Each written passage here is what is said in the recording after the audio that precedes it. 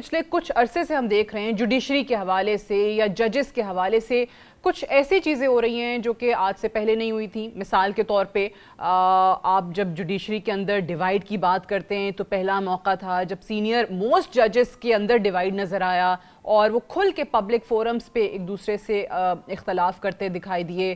آپ کو تاثر یہ ملنے لگا کہ یہ 4 مخصوص ججز ہوں گے تو یہ فیصلہ آئے گا, اس طرف کے ججز ہوں گے تو یہ فیصلہ آئے گا, لائک مائنڈڈ ججز کون ہیں. اور اب یہ جو ریسنٹلی یہ جو اسلام آباد ہائی کورٹ کے ججز کا خط سامنے آیا ہے, یہ آپ کو کیا لگتا ہے کہ یہ کتنا کوئی سنگین الزام ہے؟ بہت شکریہ سعدیہ. جس بڑے گمبھیر مسئلے کی طرف آپ نے اشارہ کیا ہے, عدلیہ کے اندر ڈیوائیڈ کا ہونا اور سب سے بڑی عدالت کے اندر ڈیوائیڈ کا ہونا, یہ میرا خیال یہ ہے ذاتی طور پہ کہ جب سے ایک عہد شروع ہوتا ہے جسٹس ثاقب نثار صاحب کا بطور چیف جسٹس, اور اس کے بعد پھر ایک سلسلہ چلتا ہی رہتا ہے, ایک ہی انداز کی عدالت لگتی ہے, ایک ہی انداز کے فیصلے ہوتے ہیں, ایک ہی اسلوب عدالت بن جاتا ہے جس میں پھر کھوسہ صاحب آ جاتے ہیں, جسٹس گلزار آ جاتے ہیں, پھر جسٹس بندیال آ جاتے ہیں. تو ثاقب نثار صاحب سے لے کے آغاز سے لے کے بندیال صاحب کی رخصتی تک یہ تقریباً کوئی پونے 7 سال کا عرصہ بنتا ہے. اس 7 سال کے اندر عدلیہ کی روایات بڑی کمزور پڑی ہیں. عدلیہ کے جو اقدار تھی ان پہ بھی فرق آیا ہے. ڈیوائیڈ اسی لیے ہوئی ہے کہ 2-3 ججوں کو بٹھا کے آپ اہم ترین فیصلے کر دیتے تھے, سینئر ترین جج کو آپ قریب نہیں آنے دیتے تھے, اس کو عدلیہ میں بیٹھنے نہیں دیتے تھے کسی بینچ کے اندر.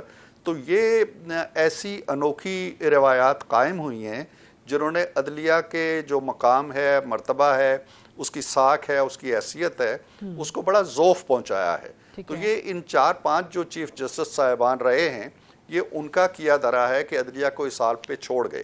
اب لیٹسٹ جو بات آپ پوچھنا چاہ رہی ہیں 6 جج صاحبان, معزز جج صاحبان, اس پہ بھی ایک رائے تو سیدھی ہے جس میں کوئی میرا خیال ہے کہ کسی کو بھی اس سے اختلاف نہیں ہے کہ اگر جج صاحبان پہ کوئی دباؤ ڈلتا ہے, کوئی بلیک میلنگ کی کوشش ہوتی ہے, انتظامیہ کی طرف سے ہوتی ہے, کسی ایجنسی کی طرف سے ہوتی ہے, قابل مذمت ہے, اس کا سد باب ہونا چاہیے, اس کا سراغ لگانا چاہیے, عطا پتہ لگنا چاہیے, کریکٹرز کو سامنے لانا چاہیے. اس پہ کوئی دو آراء نہیں ہے. 6 جج صاحبان کے انفرادی کردار کو بھی ہمیں دیکھنا پڑتا ہے کہ انہوں نے جو انہی کے ایک سینئر کولیگ کے ساتھ جو سلوک ہوا, اور یہ 2018 کی بات ہے, اب ہم 24 میں آ گئے ہیں, 6 سال ہو گئے ہیں. 6 سال ایک جج, ان کا سینئر جج, ان کا سینئر کولیگ اسی طرح کے ایک معاملے کے انکشاف کے بعد کولو میں پستا رہا, پیشیاں بھگتتا رہا, اپنے معاشی مسائل کا شکار رہا, شہر بدر ہونا پڑا اسے. انہوں نے اس کا حال تک نہیں پوچھا, اور کہیں کسی سٹیج پہ بھی اس کے کیس کے ساتھ کھڑے نہیں ہوئے کہ جناب ہمارے ساتھ بھی یہ ہونے لگا ہے, ہمیں بھی اس کا فریق بنا لیا جائے جسٹس شوکت صدیقی کے فیصلے سے پہلے. یہ انتظار کرتے رہے. اگر یہ فیصلہ جسٹس شوکت صدیقی کے برعکس آ جاتا, یعنی یہ فیصلہ اس کے خلاف ہوتا, تو پھر کیا کرتے یہ؟ اب تو یہ آڑ لے رہے ہیں نا کہ چونکہ یہ فیصلہ اس کے حق میں آیا ہے اس لیے ہم بھی بتا رہے ہیں کہ ہمارے ساتھ یہ ہو رہا ہے.